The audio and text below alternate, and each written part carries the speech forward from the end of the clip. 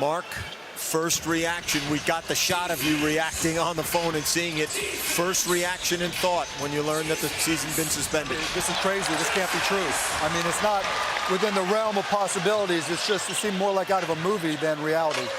When you woke up this morning, knowing everything you did, knowing that the call was going to happen with the Board of Governors, what did you expect from today and some of the steps next? I didn't have any expectations, really. I mean, the thing about it is, I'm not an expert, and I'm not going to try to be an expert.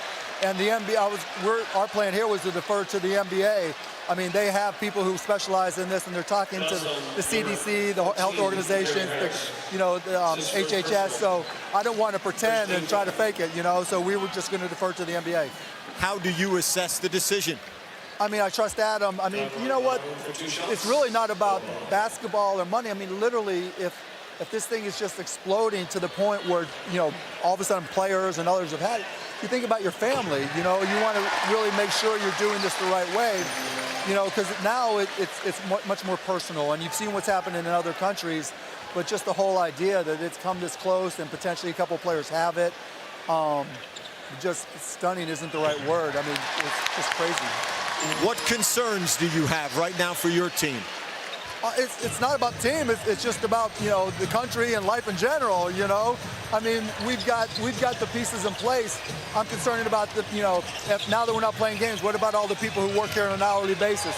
We'll put together a program for them, but there's just so many things that go through your head, right? It's hard to know exactly what's right.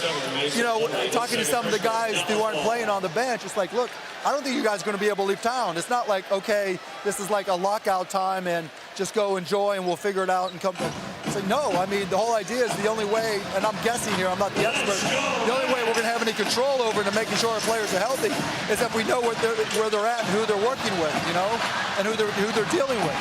How aware is your team right now of what's happening? I'm pretty sure everybody's aware at this point. I mean, guys were talking about it on the bench, except for the guys in the game itself. And look, the guys in the game itself are going to play as hard as they can no matter what. Particularly if they think it's the last game for who knows how long. But, this is much bigger than just the NBA. Hopefully we'll get to see, when we talk about getting the season back on track, that means all this got worked out, right? That maybe we understand more about it, and it'll be less of an issue for the entire country, for the entire world. So that's really what's most important. I mean, I walked over to my wife. It's like, do we send our kids to school tomorrow? Is it that big? And again, it's like out of a movie. It's not even real. We really appreciate the time and you sharing your thoughts on what's just happening in an evolving situation. Yeah, I'll just say to everybody, don't jump to conclusions. Don't be rash about it. Do what's right for your families. That's what I'll do. And to you too, we appreciate you, Mark. We'll come back from down.